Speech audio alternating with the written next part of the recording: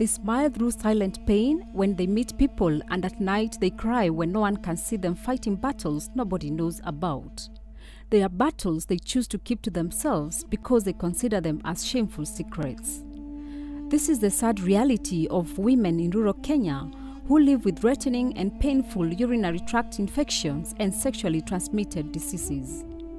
Only the pain, the discomfort and embarrassment that comes with STDs and UTIs prompt few of them to narrate their ordeals with the hope of getting help soon. Capital FM News set off on a journey to Magadi after a past interviewee got concerned that women in the area were not seeking treatment, though they had symptoms associated with STDs and UTIs. Due to the disgrace associated with the diseases of shame, as they called them, our interviewees looked for a far location under a tree and on a hill to ensure no passerby would eavesdrop.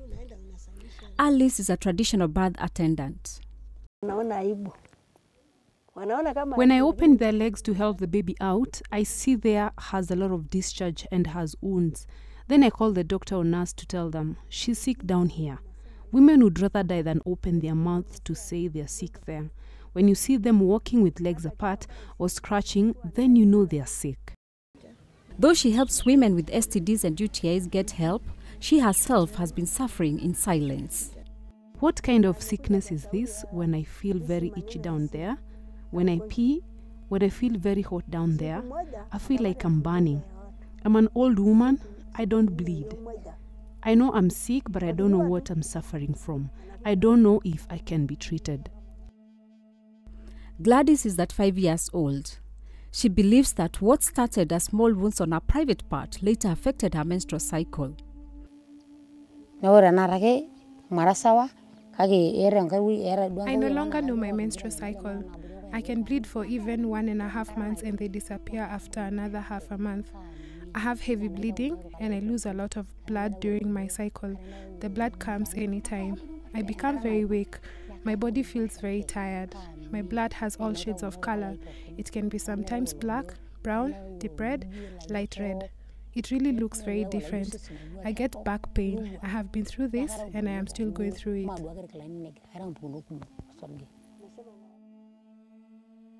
Pauline Gwetek and Penina Torari, both traditional birth attendants, have seen many women suffer in silence.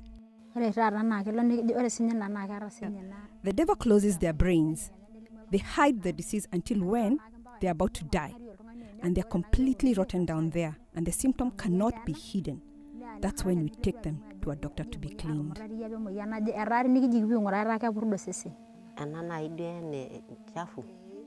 Women here don't want to talk about it, but they are suffering. They say there is a lot of dirt in that secret place, and they are also scratching down there. Others have wounds.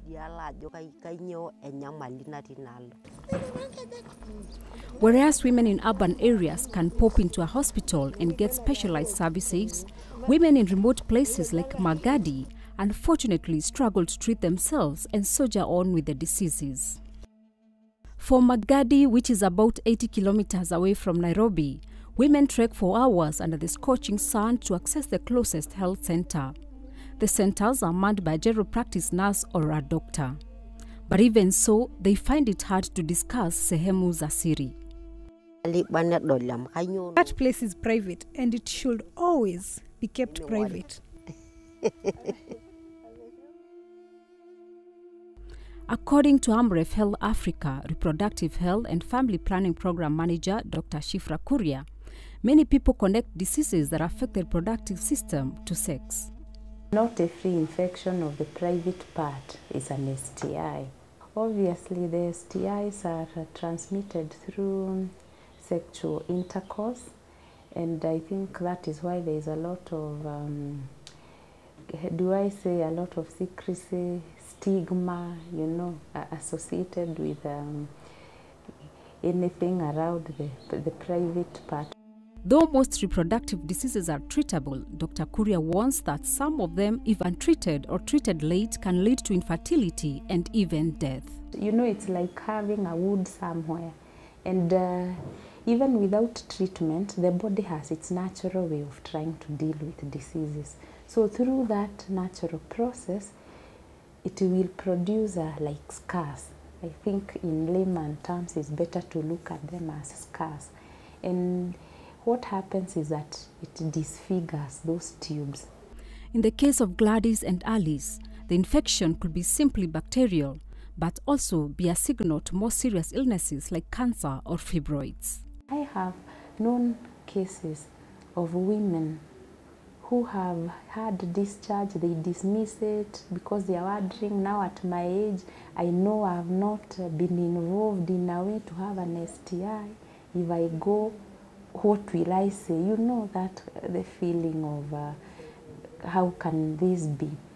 But they end up coming when it's too late, when the cancer is advanced. And you know, generally with cancers, unless you get it very early and treat, it is just a gone case. Listening to Dr. Kuria, one can only hope the likes of Alice, Gladys, Sampao and Torari will have a chance to get treated. In their minds, they contracted them through sex, though Alice wonders how she contracted hers since she is sexually inactive.